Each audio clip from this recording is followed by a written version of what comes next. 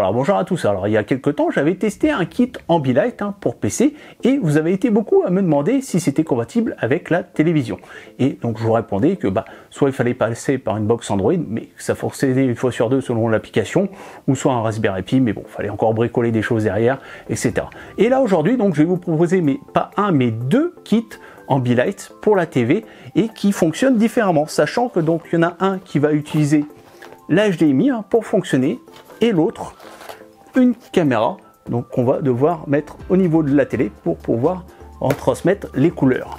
Donc on va découvrir ces deux kits ensemble et on commence tout de suite par le déballage.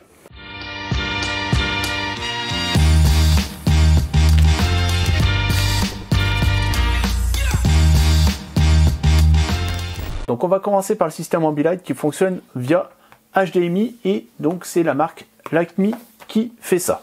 Alors ici on retrouve des détails comme le fait que ça va fonctionner avec les assistants vocaux, donc Amazon, Google, SmartThings, qu'on va avoir une application qui va fonctionner aussi bien sur Android que sur iOS.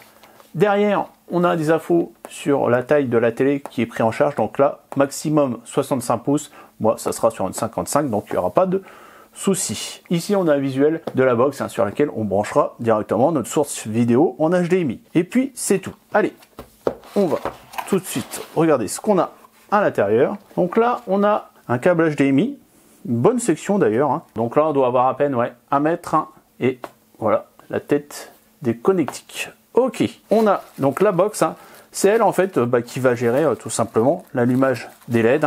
Donc voilà à quoi elle ressemble, elle n'est pas énorme. Et donc derrière on retrouve toutes les connectiques, donc là on va brancher directement l'alimentation. Là on va brancher les deux bandes LED puisqu'en fait vous voyez vous avez un dessin. Donc en fait, vous avez une bande LED qui va faire le bas et le côté droit et une autre bande LED qui va faire le haut et le côté gauche de l'écran. Ici donc vous avez votre entrée HDMI, c'est là que vous allez amener votre source vidéo, donc ça peut être aussi bien une box TV, une console ou une box Android qui va être traitée par le boîtier et va retranscrire directement sur les bandeaux LED la couleur qui est affichée au niveau de la vidéo. Et à côté donc vous allez avoir la sortie HDMI que vous allez relier directement à votre TV. Et en dernier un petit bouton Reset. On enlève la petite mousse. Donc là, on a un manuel d'utilisation donc sur lequel, vous voyez, il vous explique qu'on a deux bandeaux LED. Donc un qui va aller sur le côté droit et bas, et le haut et côté gauche. Après, on a donc des adhésifs, puisqu'en fait, vous voyez, vous allez avoir des petits rails comme ça. Donc ça, super intéressant pour faciliter l'installation des LED à l'arrière de la télé. Donc là, on a 4 côtés et donc ici, on a nos bandes LED. Donc là, on va regarder. Au niveau des caractéristiques, on est IP65. Bon, je sais pas si ça vaut le coup, sachant que la télé, on la sort pas. Donc là, l'alimentation qui est en 12 volts. On a 60 LED. Et donc là, intéressant, vous voyez la taille qui est de 2,35 mètres par rouleau. Donc là, vous êtes large. Moi, au niveau de la 55, il va falloir que je coupe. Ça sera trop grand. Et donc, voilà comment c'est implémenté au niveau du ruban LED. Et donc vous voyez, après vous pouvez couper directement au niveau des jonctions qui se trouvent juste ici, là où il y a les pistes.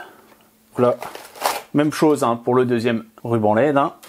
Et donc en dernier, on va sortir l'alimentation. Donc on est bien sur du 12 volts, 4 ampères, donc 48 watts. Ok, et puis c'est tout. Donc là, on va passer au système avec caméra de chez Govee. Donc là, on peut voir comme quoi c'est bien compatible avec Alexa, Google, et donc on va avoir une application pour gérer tout ça, et que ça fonctionne en Bluetooth. Derrière, quelques infos sur le fait donc qu'on va avoir deux bandes de 70 et deux bandes de 120. Voilà, donc ça peut être intéressant pour, au final, si vous voulez voir par rapport à votre télé, si ça s'intègre parfaitement. Donc moi, je vais mesurer, il n'y aura aucun souci. Donc ici, au niveau du voltage, ça sera du 12 volts, 2 ampères, et donc en tout 24 watts. Allez, on tombe directement sur le bandeau LED. Alors là, logiquement, on n'en aura qu'un. Voilà, vous voyez, il est bien rempli. Donc là, d'accord. Donc on a une connectique en USB-C. Et donc là, on va dérouler.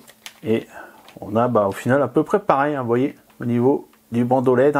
Et alors je voulais vous montrer, voilà, c'est ça en fait. Vous voyez, le principe c'est que donc, pour les coins, en fait, ils ont prévu eux comme ça en fait.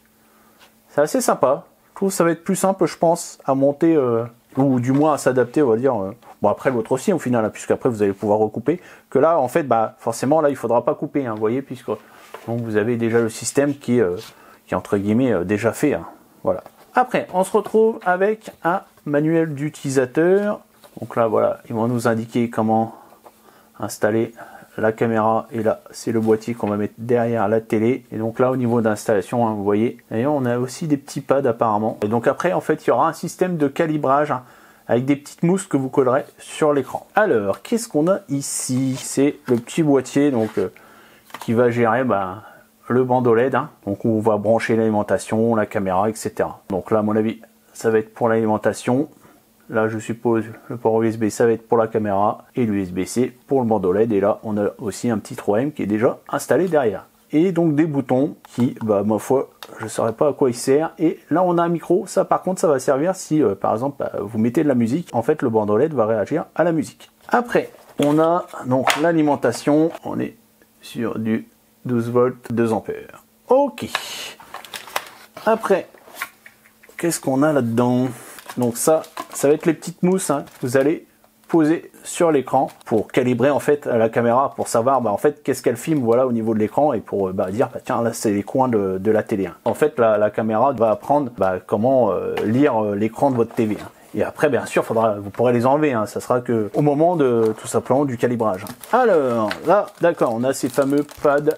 Ok, toujours bienvenue, et on a des petits cotons imprégnés d'alcool, hein, pour justement nettoyer les surfaces, pour que ça colle bien.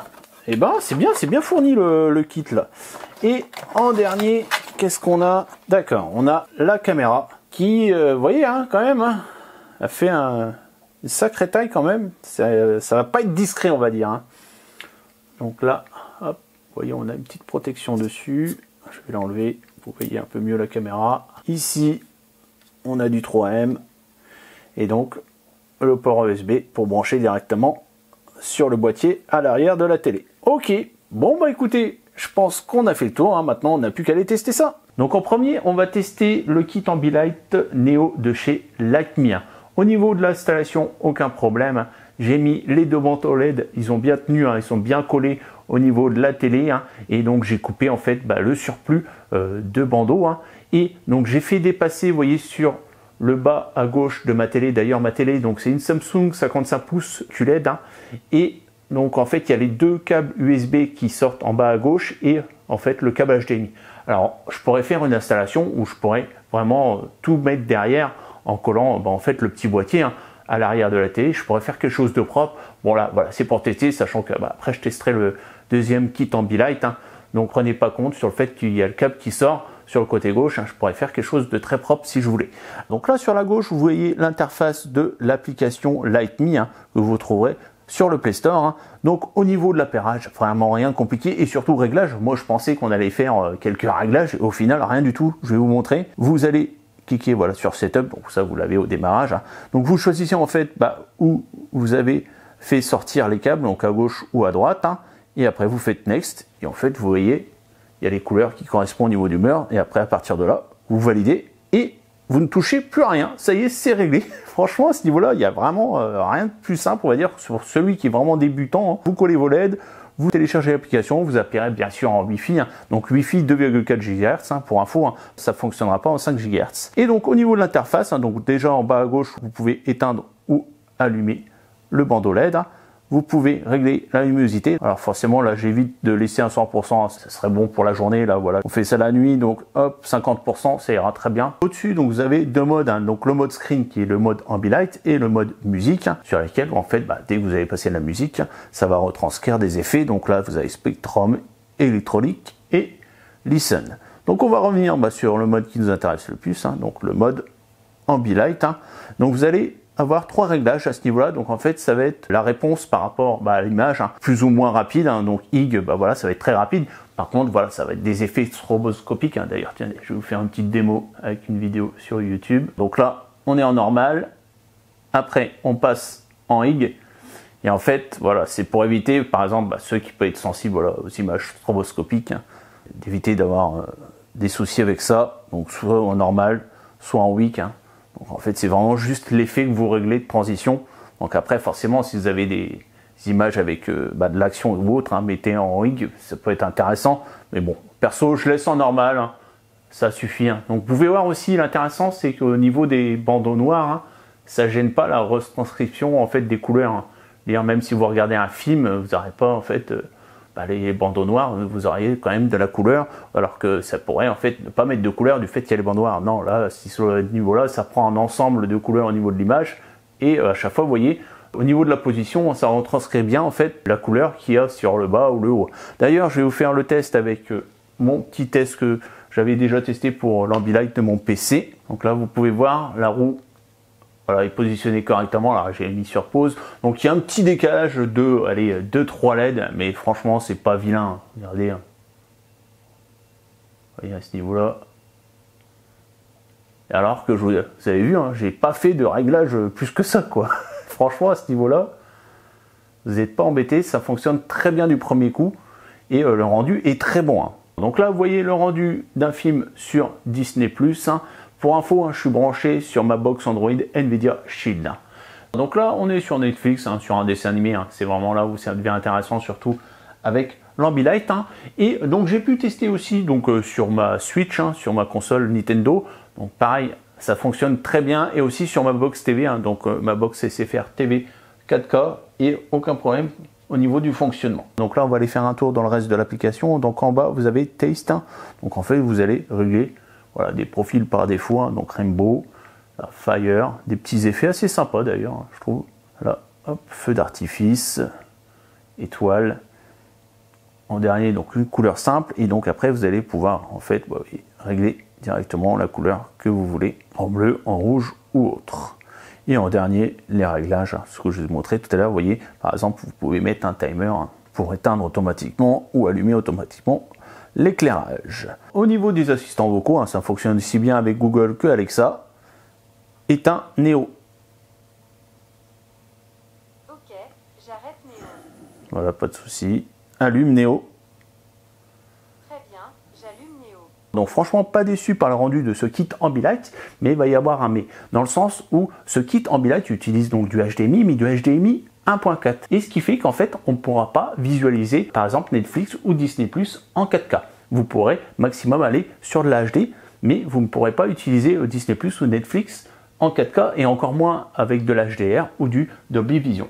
Puisqu'en fait, il faut être minimum en HDMI 2.0 pour pouvoir utiliser ces fonctionnalités. Puisqu'en fait, il y a des protections qui sont le HDCP qui sont disponibles qu'à partir du HDMI 2.0, et ce qui fait que Netflix ou Disney+ bride la chose et fait que tous les flux que vous pourrez visionner seront que en HD maximum.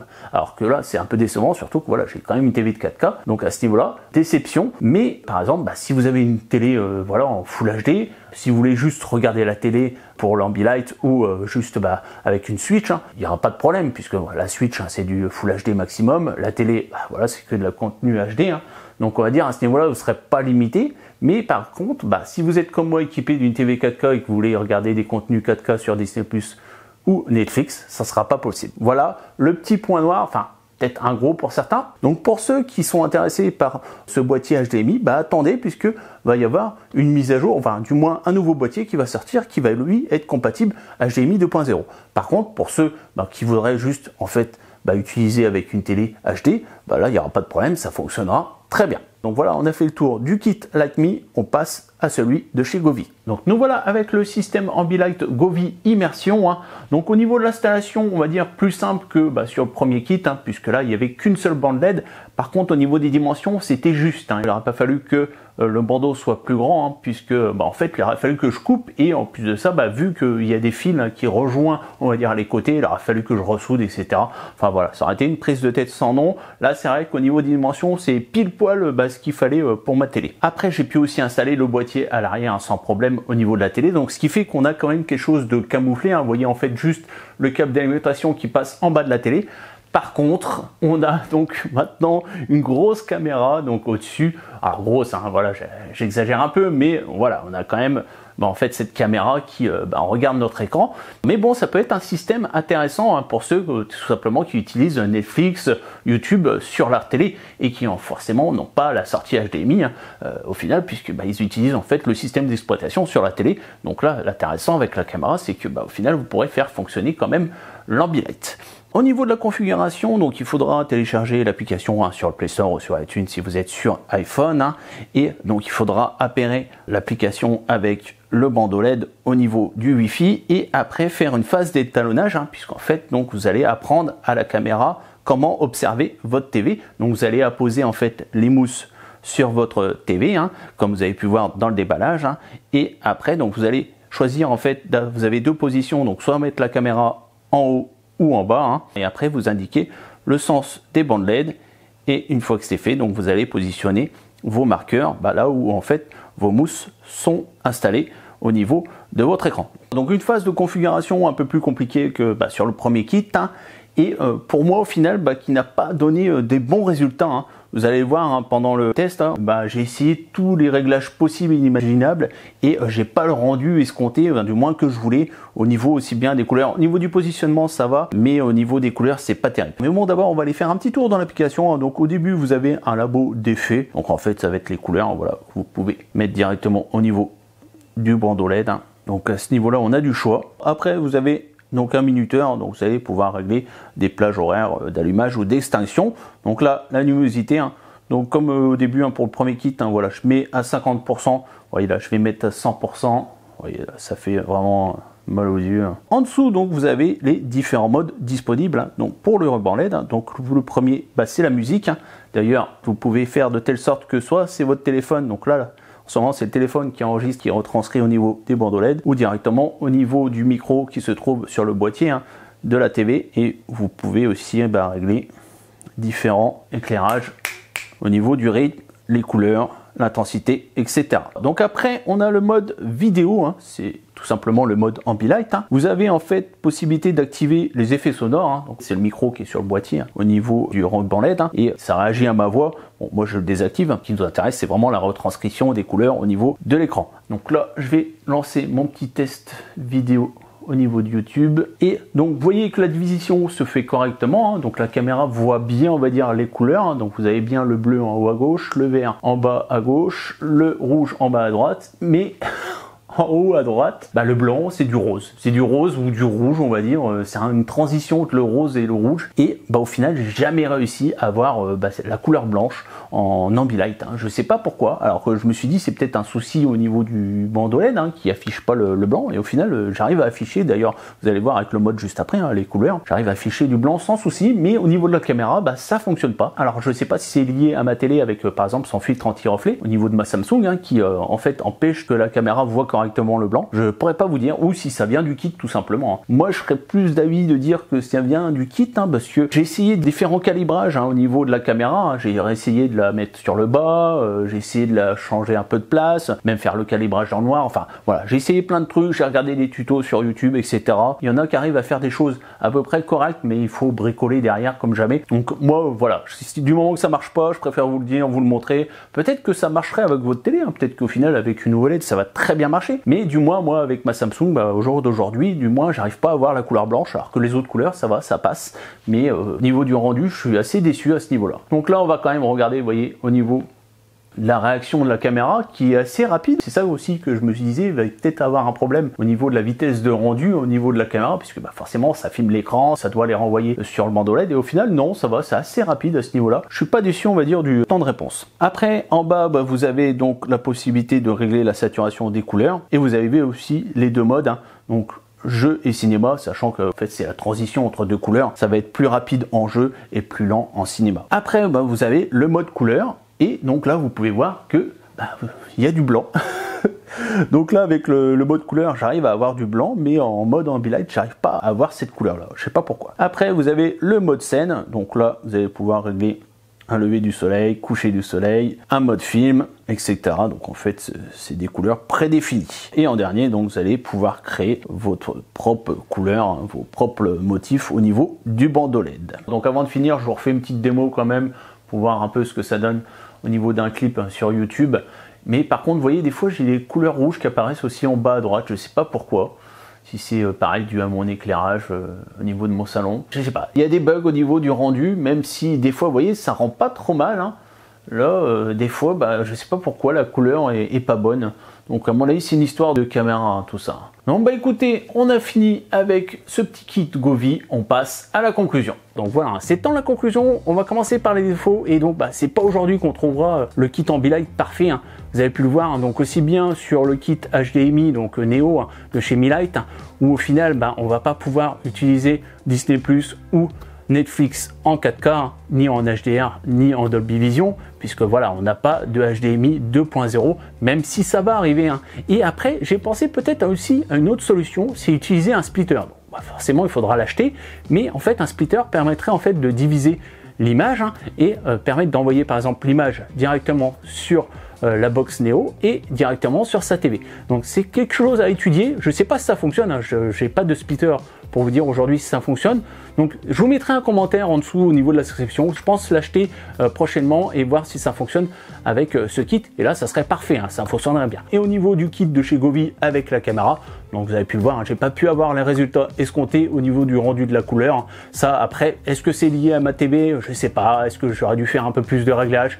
Voilà, j'ai pas envie de me casser plus la tête que ça.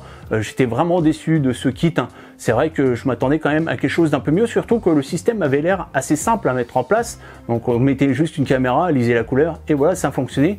Que là, je sais pas, le rendu est pas bon. Alors après, comme je vous ai dit, hein, j'ai vu des vidéos où les gars, voilà, ils ont bossé le truc, ils ont réussi à avoir quand même quelque chose de pas trop mal au niveau du rendu. Mais bah, moi aujourd'hui, voilà, je vous ai fait le test comme ça fonctionne pas. Donc voilà, au final, vous avez le résultat comme moi je l'ai eu et comme vous auriez peut-être pu l'avoir avec une TV Samsung. Et sinon, au niveau des avantages, hein, donc déjà avec le kit de chez Lightme, hein, c'est le fait qu'on fonctionne en HDMI et donc on a un temps de réponse très rapide. Au final, bah, c'est de l'instantané, hein, puisqu'en fait c'est le boîtier qui lit le signal HDMI. Donc à ce niveau-là, pas de problème. Pareil aussi, bah, en fait, quand on éteint la télé, bah, ça éteint en fait les LED, qu'on l'a pas directement sur le kit de chez Govee. Hein. Ça, c'est aussi intéressant et bah, on a un rendu très fidèle par rapport à l'image. Après, l'avantage de chez Govee, c'est le fait que bah, vous n'avez pas besoin d'HDMI. En fait, vous avez juste besoin d'avoir un signal vidéo donc sur votre écran, sur votre TV, et ça fonctionne avec tous. Hein. Vous n'avez pas besoin de démultiplier les prises HDMI ou autres. Là, non, puisque vous allez avoir n'importe quelle source, donc aussi bien de la télé, une console ou une box Android, hein, ça va fonctionner sans problème. Donc voilà, le test de ces kits Ambilight est fini. Donc si vous les achetez, bien sûr, vous avez tous les liens dans la description. Hein. Ça permet de soutenir la chaîne. Et si vous avez aimé, likez, partagez et surtout, abonnez-vous. Ciao, bye bye, à la prochaine.